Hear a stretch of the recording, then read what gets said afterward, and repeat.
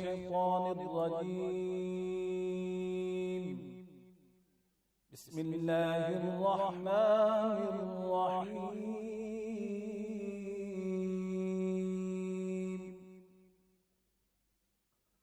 الرحمن علم القرآن خلق الإنسان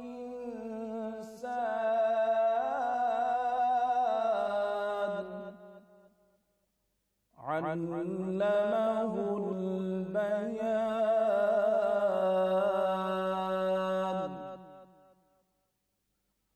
الشمس والقمر بحسبان والنجم والشجر يسجدان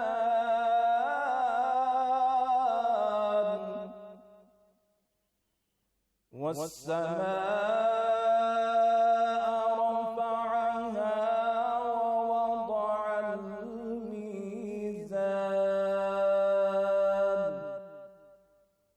ألا تطغوا في الميزان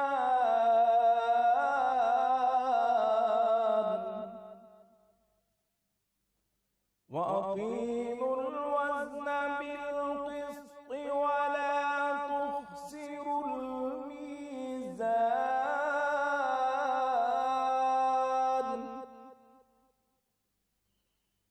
والأرض وضعها للأنام فيها فاكهة والنخل ذات الأكمام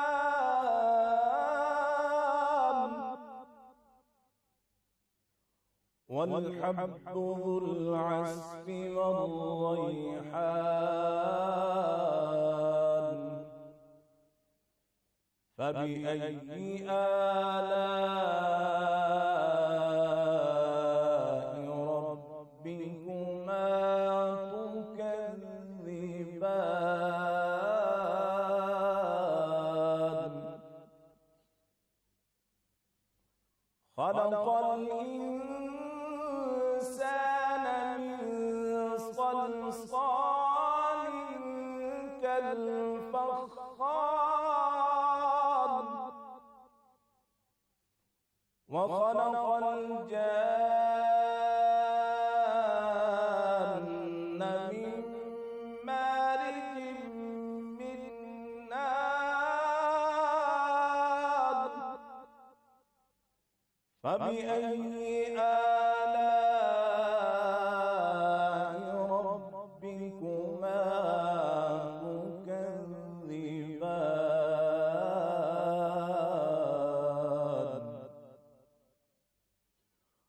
رب المشرقين ورب المغربين.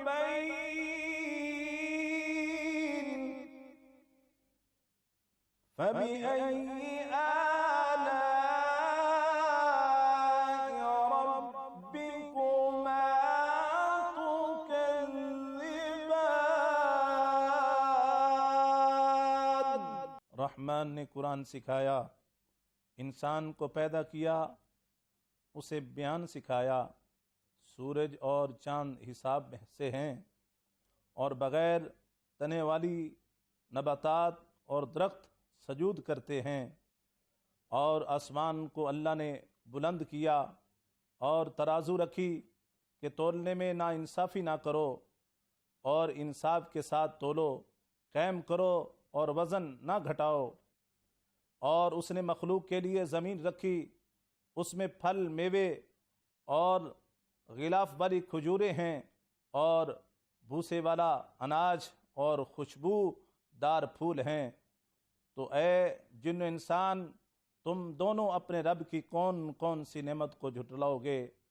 اس نے انسان کو ٹھیکری جیسی بجنے والی سوکھی مٹی سے پیدا کیا اور اس نے جس کو بغیر دھوئیں والی آگ کے خالص شعلے سے پیدا کیا. تو اے جن انسان، تم دونوں اپنے رب کی کون کون سی نعمت کو جھٹلاؤ گے؟ اور وہ دونوں مشرقوں کا رب ہے اور دونوں مغربوں کا رب ہے، تو تم دونوں اپنے رب کی کون کون سی نعمت کو جھٹلاؤ گے؟ جزاک اللہ، سبحان اللہ۔ قاری صاحب نے بہت ہی خوبصورت انداز میں کلام الہی کی خوبصورت آیات مبارکہ کی تلاوت کی ہے اور انتہائی خوبصورت لہجے کے ساتھ ان آیات کا ترجمہ بھی فرمایا ہے۔ لاہور نیوز کی رمضان ٹرانسمیشن جاگو لاہور رمضان اسپیشل شو میں آپ سب کو خوش آمدید کہتے ہیں۔ آپ کی میزبان منیبہ آصف حاضر ہے، اور جناب ماہ رمضان اپنی تمام تر رحمتوں کے ساتھ جاری و ساری ہے، اور اب تو گنتی کی کچھ ساعتیں ہی باقی رہ گئی اور یہ ماہ مبارک انتہائی تیزی کے ساتھ گزر جائے گا۔ ماہ سیام میں ہم سب نے اللہ تعالیٰ کی خوشنودی کے لیے روزے رکھے ہیں اور اپنی مغفرت کے لیے دعاؤں اور عبادات کا اہتمام بھی کیا ہے۔ ساتھ ہی ساتھ رمضان میں مختلف قسم کے پکوانوں کا بھی استعمال کیا گیا ہے، کھائے بھی گئے ہیں، جس سے ماہ سیام کے بعد سب سے زیادہ مسئلہ جو سامنے آتا ہے وہ ہے وزن کا بڑھنا اور مختلف قسم کی بیماریوں کا جنم لینا۔ اور کچھ لوگوں نے رمضان میں بہت پرہیز بھی کی ہے اور اپنی فٹنس کا بھی خیال رکھا ہے۔ تو جنہوں نے اپنی صحت کا خیال رکھا ہے وہ کیسے رمضان کے بعد بھی اپنی فٹنس کو برقرار رکھ سکتے ہیں؟ اور سب سے اہم یہ ہے کہ جن لوگوں نے رمضان میں پکوانوں کو اپنے دسترخوان کی زینت بنایا ہے اور خوب مزے کے اور لذیذ کھانوں سے لطف اندوز ہوئے، ان کو ماہ سیام کے بعد کیا کرنا چاہیے، یہ سب آپ کو بتائیں گے۔ آج ہم نے مدعو کر رکھا ہے، ہمارے ساتھ اس وقت موجود ہیں زہیب بخاری ہیں جو فٹنس ایکسپرٹ ہیں۔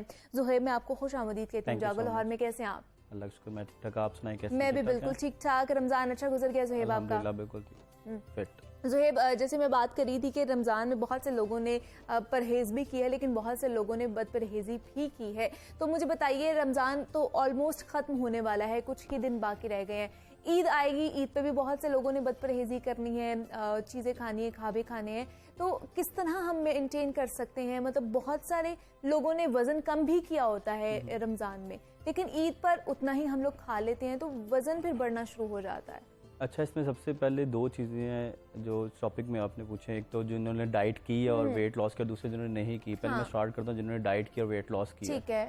اور جو لوگ پراپرلی ڈائٹ کرے تھے رمضان میں اور کنٹرول کرتے، ایکسرسائز کرتے، ڈائٹ کر رہے تھے، ان کے لیے عید ایک طرح کی بلیسنگ ہے۔ بلیسنگ تو خیر سب کے لیے، لیکن ان لوگوں کے لیے بیکاز ایز اے چیٹ میل اس کو ہم یوز کریں گے عید کو، بیکاز 30 ڈیز کی ڈائٹ کے بعد ہمیں چیٹ میل چاہیے، اور چیٹ میل کا فائدہ یہ ہے کہ جب آپ ڈائٹ کر رہے ہوتے ہیں تو بہت سی باڈی کے اندر ڈیفیشنسی ہونا شروع ہوتی ہے، تو یہ بیسٹ ٹائم ہے ہمارے لیے اس فیسٹیول کو انجوائے کریں اور کھائیں پئیں، اور لیکن جسٹ میک اٹ شور زیادہ آئلی چیزیں نہ کھائیں، لیکن ہر چیز کو کوشش کریں اللہ تعالیٰ کی نعمتوں کا فائدہ اٹھائیں، کھائیں پئیں اور اپنی باڈی میں جو کمی ہے اس کو پورا کریں۔ سیکنڈ جو سب سے بڑا پرابلم ہے رمضان میں آتا ہے، نیند پوری نہیں ہوتی۔ جب نیند پوری نہیں ہو رہی ہوتی تو اس کی وجہ سے کیا ہوتا ہے، باڈی میں ریکوری نہیں ہو رہی ہوتی، اور جو لوگوں کو یہ ایشو رہا ہے رمضان میں کہ جیسے لیٹ سحری کے بعد ساتھ ہی بچوں کو اسکول کا ٹائم موسٹلی ہو جاتا تھا تو اٹھے ہوئے ہیں اور نیند پوری نہیں ہو رہی، یا ڈے ٹائم افطاری کے بعد تو سوئے نہیں نا لوگ، ایسے ہی تو یہ 3-4 ڈیز کوشش کریں اس میں نیند بھی اپنی پوری کریں، ڈائٹ بھی اچھی کریں، ریکوری بھی کریں، اور ایکسرسائز اگر آپ کرتے ہیں رمضان میں تو آپ کے لیے ٹھیک ہے، لیکن اس کے بعد اب آپ نے کیا کرنا ہے، اس کو گریجولی تھوڑا سا انٹینسٹی کو بڑھانا ہے، بیکاز آپ کی ڈائٹ نارملائز ہونا شروع ہو گئی۔ ٹھیک ہے۔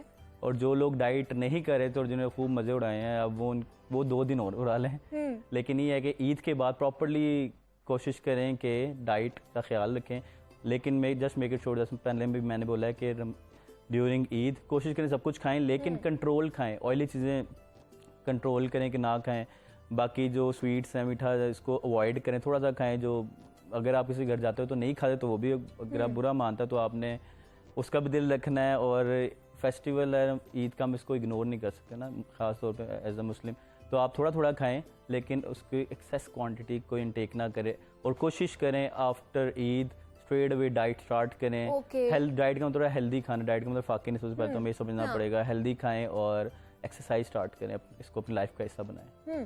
لیکن جن لوگوں نے پورا رمضان صرف کھایا ہے، ایکسرسائز کو ہاتھ تک نہیں لگایا اور ایکسرسائز کی نہیں ہے، اب عید کے بعد اگر وہ ایکسرسائز کرنا چاہتے ہیں تو پھر کس طرح کی وہ ایکسرسائز کر سکتے ہیں کہ جو انہوں نے کھایا ہوا ہے، جو وزن انہوں نے گین کر لیا اس کو کم کر سکتے ہیں گریجولی؟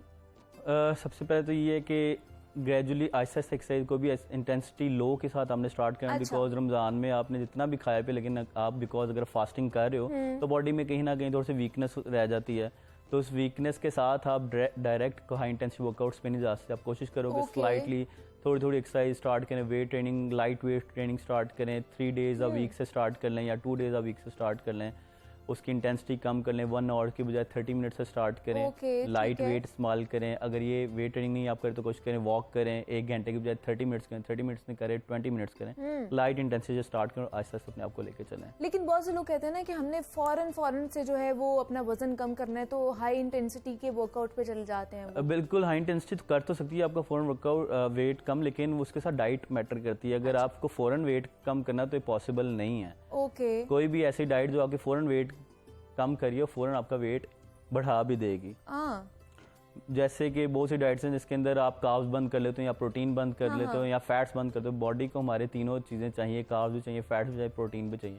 فار ایگزامپل اگر ہم اپنے کاربز بند کر لیتے ہیں اور پروٹین پہ چلے جاتے ہیں اور فیٹس نامنل سے لے رہے ہیں, تو جب بھی ہم دوبارہ ڈائٹ سٹارٹ کریں گے تو باڈی سب سے پہلے اس کو سٹور کرے گی, نہ کہ اس کو یوز کرے گی. فار ایگزامپل اگر میں ڈائٹ نہیں لے رہا پراپرلی کاربس, تو میری باڈی کو لگے گا کہ یار زہیب فاقے کر رہا ہے اور پتہ نہیں کاربس ملیں گے کہ نہیں ملیں گے دوبارہ. لیکن جب بھی میں فرسٹ بائٹ لوں گا تو باڈی کاربس کو as a source of energy کے بجائے اس کو سٹور کرے گی. تو جتنی جلدی آپ نے ویٹ گرایا ہوگا اس سے ڈبل آپ واپس پٹ آن بھی کر لو گے. تو کوشش کریں کہ شارٹ کٹس کی طرف نہ جائیں, پراپر چینل کے ساتھ چلیں, سلو اینڈ اسٹڈی کریں کام انشاءاللہ. Slow and steady wins the race, کہ آرام سے پھر اسی لیے پھر زہیب بہت سے لوگ جو کیٹو ڈائٹ وغیرہ کرتے ہیں اور جیسے ہی وہ چھوڑتے ہیں تو ان کا وزن اور زیادہ بڑھ جاتا ہے. بالکل, میں ایکچولی کیٹو کا ہی گایا رہا, بس میں نے کیٹو کا نام نہیں لیا بیکاز بہت سے لوگ جو ہمارے ناراض ہو جاتے ہیں میرے دوست میں جو کیٹو ڈائٹ وغیرہ کرتے ہیں, تو کیٹو ڈائٹ ہیلدی نہیں ہے. دیکھیں ہم جو بھی ڈائٹ کریں اس میں کوشش کریں کارب, فیٹس اینڈ پروٹین تینوں چیزیں ہونا چاہیے. کیٹو میں آپ کو کاربز نہیں ملتے, carbs are the main source of energy. Body کو نہیں ملیں گے تو باڈی اس کے بغیر سروائیو کر رہی ہے لیکن اس کے بغیر رہ نہیں سکتی.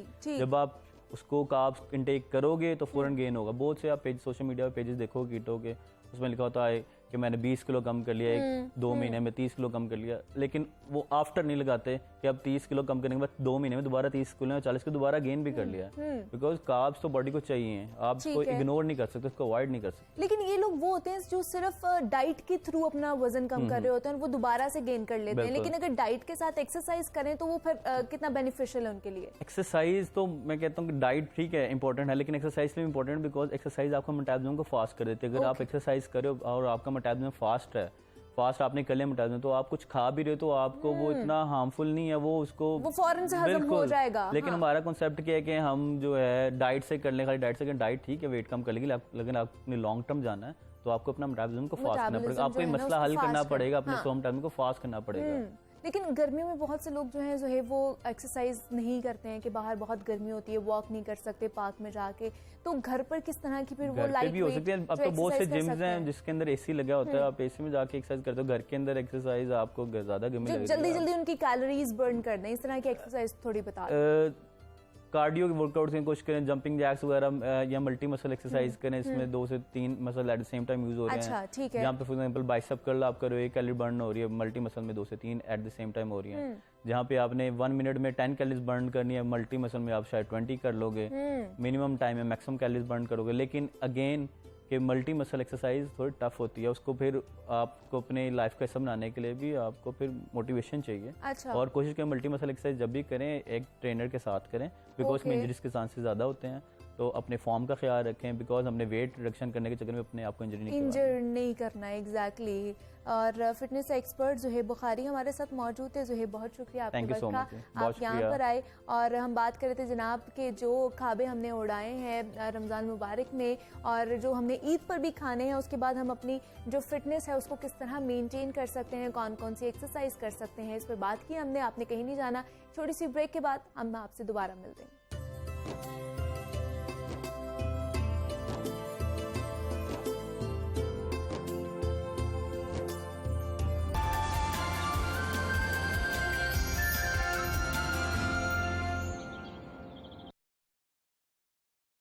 Welcome back to Jaago Lahore. جناب بریک سے واپس آ چکے ہیں. سیگمنٹ ہمارا راہ حق, جس میں روزمرہ زندگی کے حوالے سے درپیش مسائل کا حل ڈھونڈنے کی ہم لوگ کوشش کرتے ہیں. عالم اسلام کے جید علماء کرام ہمارے ساتھ موجود ہوتے ہیں. رمضان اپنی تمام تر رحمتوں اور برکتیں بکھرنے کے بعد اختتام پذیر ہونے والا ہے, اور ماہ رمضان کو مغفرت اور بخشش کا مہینہ بھی کہا جاتا ہے. اللہ تعالیٰ اس ماہ مبارک میں ہماری غلطیاں اور گناہوں کو معاف کر دیتا ہے, لیکن یہ تبھی ممکن ہو پاتا ہے جب ہم اپنی غلطیوں پر نادم ہوتے ہیں اور شرمندہ ہوتے ہیں. تو ہمیں چاہیے کہ ماہ رمضان سے حاصل ہونے والے اس سبق کو ہم اپنی ڈیلی لائف میں بھی اپنائیں۔ غلطیاں ہر کوئی کرتا ہے، مگر کوئی اپنی غلطی قبول کر کے اس سے کچھ نہ کچھ سبق حاصل کر لیتا ہے اور آگے بڑھ جاتا ہے زندگی میں، تو کوئی اس کا الزام دوسروں پر ڈال دیتا ہے، مگر ایسا کر کے وہ نقصان اپنی ذات کا ہی کر رہا ہوتا ہے۔ تو اگر آپ زندگی میں واقعی کامیاب ہونا چاہتے ہیں نا، تو اپنی غلطیوں کو قبول کرنا سیکھیں۔ اپنی غلطی کو تسلیم کرنا کتنا اہم اور ضروری ہے، اور اس سے ہمیں کیا فائدہ حاصل ہو سکتا ہے، اس پر ہماری آج رہنمائی کریں گے پروفیسر ڈاکٹر سرفراز احمد اوان صاحب ہمارے ساتھ موجود ہیں، مذہبی اسکالر ہیں۔ پروفیسر صاحب بیان فرمائیے گا۔ آج کے اس پروگرام میں ہم ایک بڑے حساس اور توجہ طلب موضوع پر گفتگو سنیں گے اور کریں گے۔ عنوان ہے اپنی غلطی تسلیم کیجیے۔ یہ جملہ معروف ہے کہ انسان خطا کا پتلا ہے، یقیناً اس سے خطا سرزد ہوتی رہتی ہے، لیکن نبی کریم علیہ الصلاۃ والتسلیمات کا ایک ارشاد گرامی ہمارے لیے اس حوالے سے بہت رہنما ہے۔ آپ صلی اللہ علیہ وسلم نے ارشاد فرمایا، کل امتی خطاؤن یا کل بنی آدم خطاؤن وخیر الخطائین التوابون، کہ آدم کی نسل کے لوگ یقیناً خطا کرنے والے ہیں، لیکن بہترین خطا کار وہ ہیں جو اپنی غلطی اور اپنی خطا کو تسلیم کرتے ہیں اور پلٹ کر اللہ تعالیٰ کی طرف رجوع کرتے ہیں اور اپنا تعلق اللہ تعالیٰ سے مضبوط کرنے کے لیے کوشاں ہوتے ہیں۔ توبہ دراصل اپنی غلطی کو تسلیم کرنے کا دوسرا نام ہے۔ معزز ناظرین، آدمی سے غلطی سرزد ہو جانا یہ ایک فطری سی بات ہے، لیکن اگر غلطی سرزد ہو جائے تو پھر تعویلیں کرنے کی بجائے یا اپنی غلطی کا دفاع کرنے کی بجائے غلطی کو تسلیم کر لینا ایک بہت بڑی بڑائی ہے، عظمت ہے۔ آپ دیکھیے قرآن کریم میں سیدنا آدم علیہ السلام کا ذکر 9 سورتوں میں اور 25 آیات میں آیا ہے۔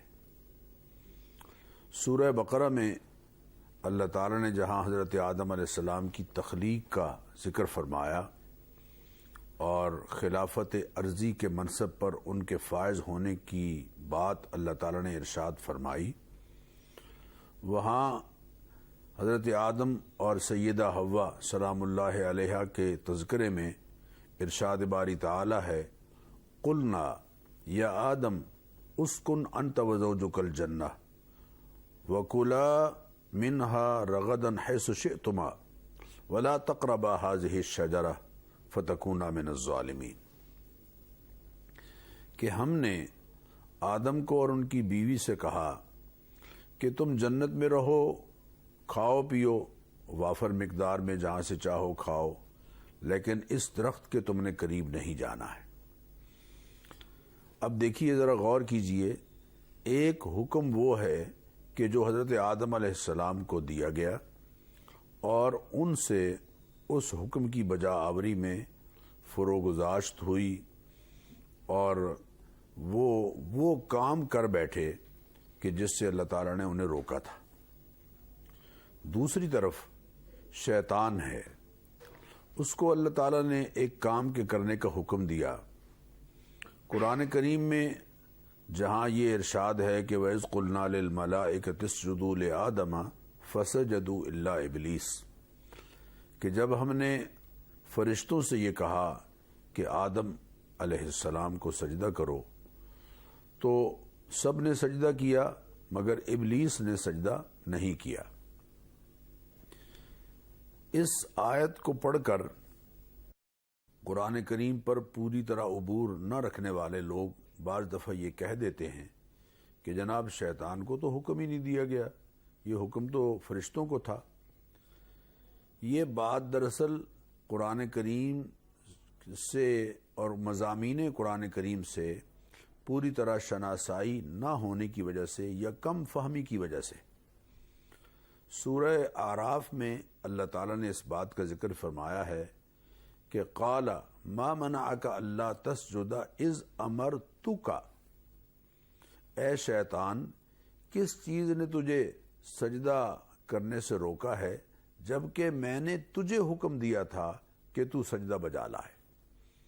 یہاں پر آپ دیکھیے اذ امرتک کے معنی ہیں میں نے تجھے سجدہ کرنے کا حکم دیا، تو معلوم ہوا کہ وہ بھی اس حکم میں شامل تھا، لیکن اس نے اس حکم کی بجا آوری میں یقیناً غلطی کی اور حکم بجا نہ لایا۔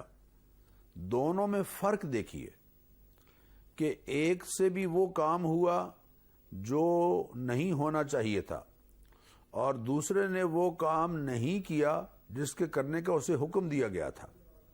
لیکن پہلے یعنی حضرت آدم علیہ السلام کو جو ہی احساس ہوا کہ وہ ایک ایسا کام کر بیٹھے ہیں کہ جس کو نہیں کرنا چاہیے تھا، تو فوراً پلٹے اپنے رب کی طرف اور ندامت کا اظہار کیا اور یہ کہنے لگے ربنا ظلمنا انفسنا وان لم تغفر لنا وترحمنا لنکونن من الخاسرین۔ انہوں نے اپنی کمزوری کو تسلیم کیا، ایک ایسے کام کو جو نہیں کرنا چاہیے تھا اور کر بیٹھے ہیں انہوں نے تسلیم کیا کہ یہ ہم سے فروگزاشت ہو گئی ہے، تو فوراً اللہ تعالیٰ کے حضور پلٹے اور کہنے لگے ربنا ظلمنا انفسنا، اے پروردگار ہم نے اپنی جانوں کے ساتھ زیادتیاں کی ہیں، ہم نے ایک حق تلفی کی ہے جو ہم سے ہو گئی ہے، وَإِن لَمْ تَغْفِرْ لَنَا وَتَرْحَمْنَا، اور اگر تو نے ہمیں معاف نہ کیا اور ہم پر رحم نہ کیا لَنَكُونَنَّ مِنَ الْخَاسِرِينَ، تو ہم بڑا نقصان اٹھانے والوں میں سے ہوں گے۔ یہ ہے حضرت آدم علیہ السلام کا مزاج اور رویہ کہ غلطی کو تسلیم کر کے اس پر اللہ تعالیٰ کے حضور میں اپنی معذرت کی درخواست پیش کر دینا۔ جبکہ دوسری طرف شیطان کا رویہ ہے، شیطان سے جب یہ کہا گیا کہ تم نے ایسا کیوں کیا ہے، تم ان سے سجدہ کرنے کا حکم دیا گیا تھا لیکن تم نے اس سجدے کے حکم کو بجا لانے سے گریز کیا اور انکار کر دیا، ابا واستکبر فسجد الملائکۃ کلہم اجمعون الا ابلیس ابا واستکبر وکان من الکافرین۔ اللہ قرآن کریم میں فرما رہے ہیں کہ ابلیس نے انکار کیا اور تکبر کا اظہار کیا، یعنی بجائے اس کے کہ اپنی غلطی کو تسلیم کرتا، ایک تو اپنی غلطی کا دفاع کرنا شروع کر دیا اور کیا کہا خلقتنی من نار وخلقتہ من طین، اے پروردگار آپ نے مجھے آگ سے پیدا کیا ہے اور آدم کو مٹی سے پیدا کیا ہے، اور مٹی پستی کی طرف بڑھتی ہے اور آگ بلندی کی طرف بڑھتی ہے، تو میرا مقام تو بلند ہے۔ حالانکہ یہ اس کا استدلال بھی اپنی جگہ صحیح نہیں تھا، اس لیے کہ آگ تو اوپر بڑھ کر فنا ہو جاتی ہے اور جس کو لگتی ہے اس کو بھی فنا کر دیتی ہے، لیکن مٹی پستی کی طرف بڑھ کر نمو پیدا کرتی ہے اور اس کے اندر جو جاتا ہے اس کو بھی آگے بڑھاتی ہے اور پودے اس سے نکلتے ہیں اور شاخیں ان میں پھر پھیلتی ہیں اور پھر تناور درخت بن جاتے ہیں۔ مٹی تو زرخیزی کا ذریعہ بنتی ہے، لہذا استدلال اگرچہ اس کا صحیح نہیں تھا لیکن اپنی طرف سے اس نے اپنی غلطی کا دفاع کرنا شروع کر دیا۔ غلطی پر معذرت کرنا اور اپنی غلطی کو تسلیم کرنا اور اپنے قصور کو مان کر معذرت کرتے ہوئے اللہ کا قرب حاصل کرنے کی کوشش کرنا، یہ تو ادا ہے سیدنا آدم علیہ السلام کی، یہ ادا ہے ہمارے بابا حضرت آدم علیہ السلام کی۔ اور غلطی کو تسلیم نہ کرنا بلکہ اتراتے ہوئے، تکبر کا مظاہرہ کرتے ہوئے، غرور کا مظاہرہ کرتے ہوئے اپنی غلطی کی غلط تعویلیں پیش کرنا اور اپنی غلطی اور اپنے گناہ کا دفاع کرنا اور اپنے جرم کا دفاع کرنا، یہ شیطان کا مزاج ہے۔ معزز ناظرین، اپنی غلطی کو تسلیم کرنے والے ہم بن جائیں تو اس کا نتیجہ یہ ہوگا کہ ہم یقیناً اپنی اصلاح کی فکر کرنے والے بنیں گے۔ بہت سی غلطیاں ہم کرتے رہتے ہیں۔ میں آپ سے درخواست کروں گا ذرا اس بات پر توجہ دیجیے، ہم بہت سی غلطیاں زندگی میں کرتے رہتے ہیں مگر نہ انہیں تسلیم کرتے ہیں نہ ہی ان کی اصلاح کی فکر کرتے ہیں۔ حالانکہ غلطی کو تسلیم کرنا اور اصلاح کی فکر کرنا ہم نے اپنے بابا سے سیکھا ہے، ہم نے اپنے جد اعلیٰ سے سیکھا ہے۔ مثال کے طور پر دیکھیے کہ غلطی کر کے اس کو نشر کرنا یہ بہت بڑی غلطی ہے۔ آپ صلی اللہ علیہ وسلم نے ارشاد فرمایا کل امتی معافن الا المجاہرون، میری امت کے سب لوگوں کو معافی مل جائے گی، کسی نہ کسی مرحلے پر ان کو معاف کر دیا جائے گا، مگر جو غلطیوں کو نشر کرتے ہیں، گناہ کرتے ہیں پھر اس کو فیس بک پہ ڈال دیتے ہیں، گناہ کرتے ہیں پھر اس کو لوگوں کے سامنے پھیلاتے پھرتے ہیں، گناہ کر کے پھر میسیجز کے ذریعے، واٹس ایپ کے ذریعے اور دوسرے ذرائع سے اس کو عام کرتے پھرتے ہیں۔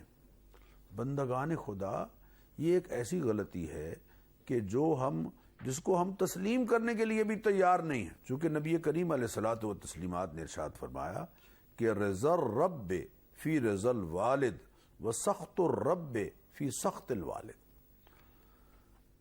باپ کی ناراضی میں اللہ کی ناراضی ہے اور باپ کی خوشنودی اور رضا میں اللہ کی رضا ہے۔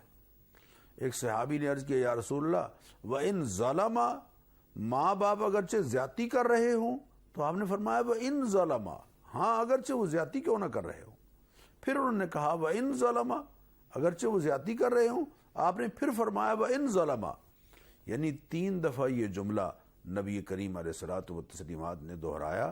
اور ایک حدیث میں ہے کہ جب ممبر پر آپ تشریف فرما ہونے لگے تھے اور قدم مبارک ممبر پر رکھ رہے تھے، ہر سٹیپ پر الگ الگ آمین کہتے جا رہے تھے، تو صحابہ نے پوچھا کہ یا رسول اللہ یہ ایسی بات ہے جو ہم نے اس سے پہلے کبھی نہیں سنی، آج ایک نیا واقعہ ہمارے سامنے آیا ہے۔ تو آپ صلی اللہ علیہ وسلم نے ارشاد فرمایا کہ جبریل امین آئے اور وہ یہ کہہ رہے تھے بعد من ادرک ابویہ، اللہ کی رحمت سے دور ہوا وہ شخص جس نے ماں باپ دونوں کو پایا یا دونوں میں سے کسی ایک کو پایا اور ان کی خدمت کر کے اس نے جنت حاصل نہیں کر لی۔ تو ہم ماں باپ کو ناراض کر رہے ہیں اور اصلاح کی اور اللہ تعالیٰ کی رضا کی امید بھی رکھ رہے ہیں، یہ بہت بڑی غلطی ہے۔ ہمیں اس غلطی کو تسلیم کرنا ہے اور ہمیں ڈاکٹر سرفراز احمد اوان صاحب ہمارے ساتھ موجود ہیں، مذہبی اسکالر ہیں۔ ڈاکٹر صاحب بہت شکریہ آپ کے بیان کا۔ یہاں پہ ایک چھوٹی سی بریک لیتے ہیں، آپ نے کہیں جانا، ملتے ہیں اس بریک کے بعد۔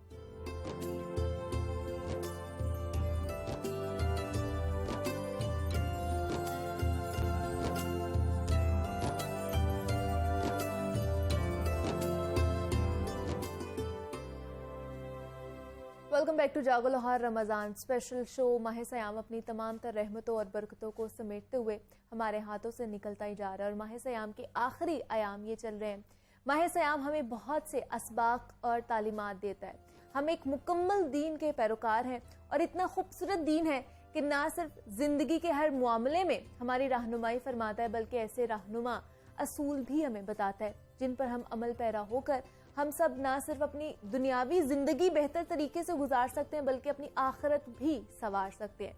اسلام انسانوں کا ایک انتہائی باہمی رحم و کرم اور عطف و مہربانی والا معاشرہ تعمیر کرنا چاہتا ہے، جس کی قیادت و سیادت محبت اور بھائی چارے کے ہاتھ میں ہو، اور خیر و بھلائی اور عطا و کرم کا ایک اس پر راج ہو، اور خاندان معاشرے کی ایک اکائی ہوتا ہے جو کہ اللہ کے خوف اور تقوی اور صلہ رحمی کے نتیجے میں سعادت اور خوشحالی پاتا ہے۔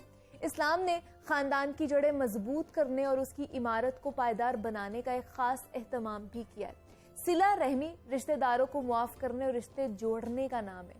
کس طرح ہم صلہ رحمی اختیار کر سکتے ہیں؟ صلہ رحمی اور قطع رحمی میں فرق کیا ہے، یہ سب جانیں گے. آج ہمارے ساتھ موجود ہیں، بلکہ روزانہ کی بنیاد پر ہمارے ساتھ موجود ہوتے ہیں، پروفیسر ڈاکٹر مطیع اللہ باجوہ صاحب، مذہبی اسکالر ہیں. پروفیسر صاحب آپ کو خوش آمدید کہتی ہوں جاگو لاہور میں.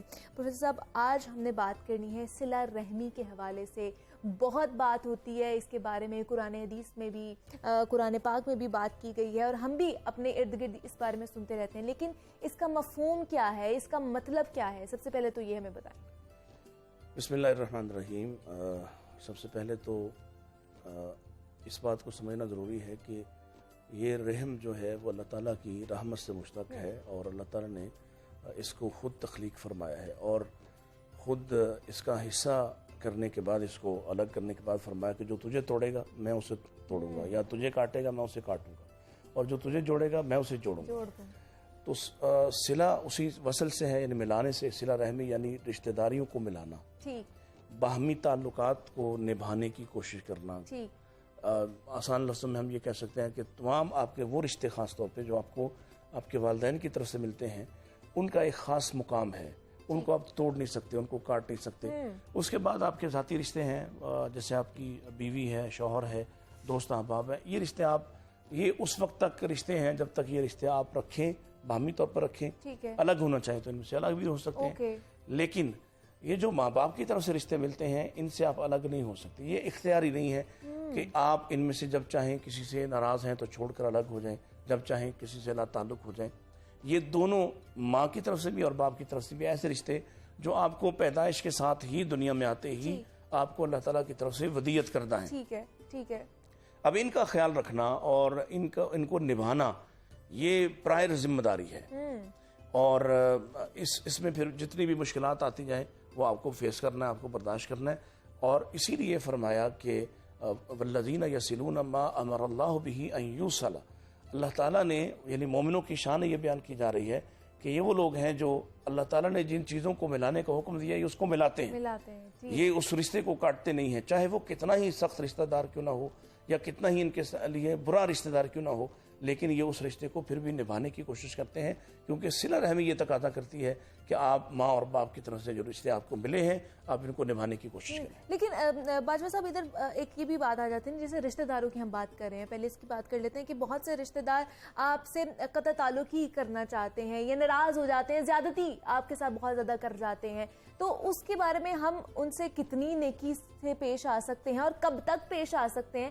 آخرکار ہم بھی تو انسان ہیں، ہم بھی تھک جاتے ہیں. تو اس کے بارے میں کیا فرمایا گیا ہے، کیا نوید سنائی گئی ہے؟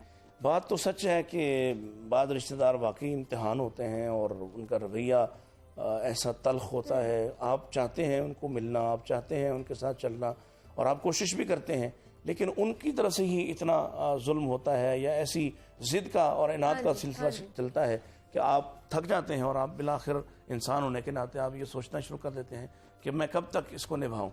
تو یہ جب اس سطح پہ آپ جب پہنچ جائیں کہ آپ کو لگے کہ ایک لمحہ بھی اس آدمی کے ساتھ یا اس رشتہ دار کے ساتھ یا چچا خالہ ماموں کے ساتھ نہیں گزارا جا سکتا، تو اس وقت یہ حدیث اپنے سامنے رکھیں کہ اللہ کے نبی صلی اللہ علیہ وسلم نے فرمایا. اور یہ دیکھیں، نبی صلی اللہ علیہ وسلم نے صرف یہ کہا نہیں ہے، آپ نے اس کو نبھا کے دکھایا.